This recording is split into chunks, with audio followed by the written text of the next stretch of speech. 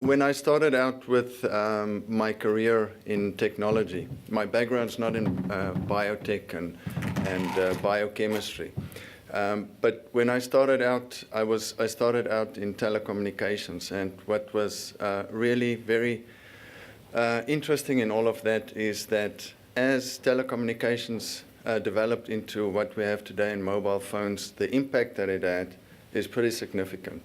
If you go, I'm originally from South Africa. If you go to Africa and see the impact that mobile phones have on the population there, where they do transactions on a daily basis, how it helps commerce in those areas, and how mobile phones help us here today in our lives in the developed world. It's only what we're doing today in genomics is just far outpacing and surpassing any of the technology that was developed in those days in the boom of telecommunications. So one of the key things, and why I'm really excited to be part of this this genomics environment, is that the future of medicine is really bioinformatics. If you look at where what doctors are doing today, they have a number of inputs, 9 or 10 pieces of information that they have to process and then make a diagnosis. Given genomics and the amounts of data that's being generated there, it's just so much data that a person cannot really on his own process all of that data. So you really need more processing power and more assisted kind of decision making. And I think this is where the speed of software and the way that we can get to answers from raw data to making decisions becomes really important. And that's one of the things that we're addressing at EDICO. So, we started about 2 years ago, and we've developed, sort of a different approach to the traditional way of how genomic data is being analyzed. We do that in a more of a hardware kind of focused approach. We use an FPGA to do the processing. And, what's very exciting is that we have Intel as a partner in that. And if you look at the future of where computing is going, it's sort of the integration of, a hardware component together with traditional software components. So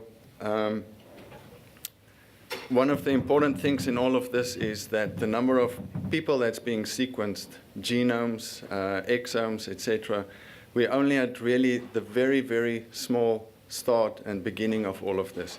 There's currently about 229,000 people that's been sequenced, and specifically for whole genome sequencing, there's only in the order of 50 to 60,000 people that's been sequenced, whole genome sequenced. So we know that there's 7 billion plus people in the world, and for this whole genomics revolution to really start taking off, we need to have more data and process more data. And the problem with that is that since genomics is fundamental to all of that, you need huge processing power and to get through all of this data and to get to actionable results in the end. So that's why we started out developing this technology. And as we move from research to clinical applications, where we have to look at tumor samples and normal samples, and to really get a wide range of genomic data sequenced all the way from the epigenome, microbiome to whole genome sequences. It's just clear that the amount of data that's being generated is far outpacing the processing power. So big data in general is growing, and the general purpose processor is sort of very difficult to keep up with all of that. The industry trend is to have more dedicated computing that's associated with that. And that is being done and accomplished either with GPUs or, in this case, as the trend continues, with FPGAs. So we need more vertical kind of dedicated processing power. So Intel announced a while ago that they're busy integrating these FPGAs into their processors. And this really is one of the key developments, I think, if we look back 10 years from now, that's happened in the compute environment. A general purpose computer can only go so far. I like to think of a general purpose computer as a very nice, comfortable minivan that can take us everywhere and do all sorts of interesting general things.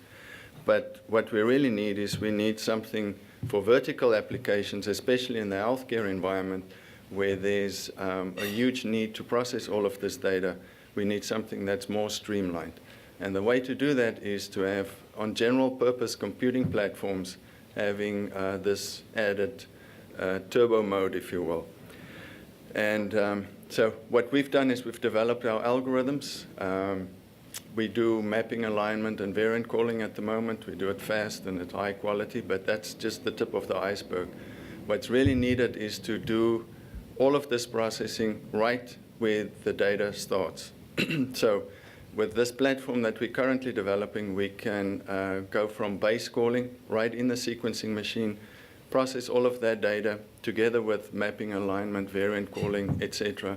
And we can essentially do that within the next couple of years, real time. So, and I think this is what's very important about this kind of technology is the scalability of it and the ability for us to really put sequencing into the growth area of something like mobile phones and telecommunications. We really need dedicated computing to accomplish that.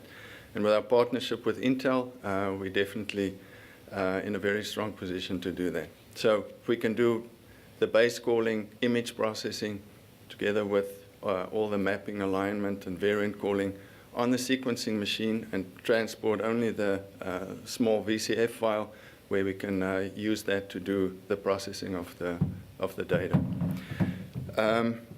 So I think the important point here is just that we have developed technology that can be applied